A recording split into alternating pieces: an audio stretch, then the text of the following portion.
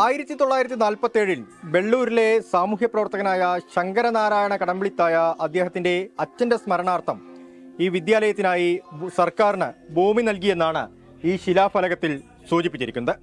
അതിനുശേഷം അദ്ദേഹത്തിന്റെ സഹോദരനും മക്കളുമാണ് ഈ കേസുമായി മുന്നോട്ട് പോകുന്നത്.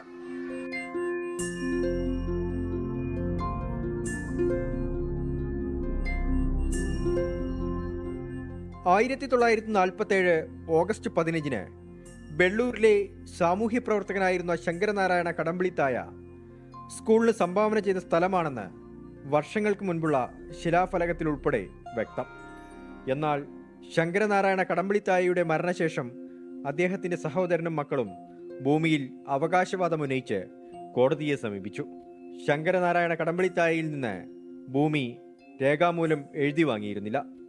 ഇതോടെയാണ് സർക്കാരും സ്വകാര്യ വ്യക്തികളും തമ്മിൽ ഭൂമിയെ ചൊല്ലിയുള്ള തർക്കം രൂക്ഷമായത്. തർക്കം നിലനിൽക്കുന്നതിനിടയിൽ വിദ്യാഭ്യാസ വകുപ്പ് കിഫ്ബി പദ്ധതിയിൽ തർക്കസ്ഥലത്ത് കെട്ടിടം നിർമ്മിക്കാൻ ആരംഭിച്ചു. ശങ്കരനാരായണ കടമ്പിളിത്തായയുടെ സഹോദരന്റെ മകൻ സൂര്യനാരായണ കോടതിയെ സമീപിക്കുകയും നിർമ്മാണം നടത്തരുതെന്ന് കോടതി നിർദ്ദേശിക്കുകയും ചെയ്തു.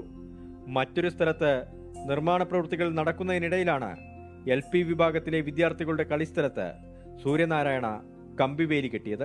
ഈ വേലി അനുവാദമില്ലാതെ കെട്ടിയതാണ്. അതായത് ക്രിസ്മസ് ലീവിൻ്റെ ആ സമയത്ത് കഴിഞ്ഞ ഞായറാഴ്ച വൈകുന്നേരം മുതൽ രാത്രി വരെ എടുത്ത് രാവിലെ ആകുമ്പോൾക്ക് ഈ വേലി ഫുള്ള് ഇങ്ങനെ വേലി കെട്ടിയിട്ടുണ്ട്.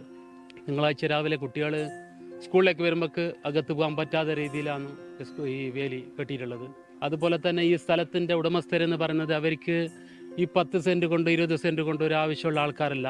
ചുരുക്കം പറഞ്ഞാൽ നമ്മളെ ഈ വെള്ളൂർ പഞ്ചായത്തിൽ നാട്ടക്കൽ എന്ന പ്രദേശത്ത് ഏകദേശം അവർ ഒരു നല്ല അത്യാവശ്യം എല്ലാം ഉള്ള ആൾക്കാരാണ്.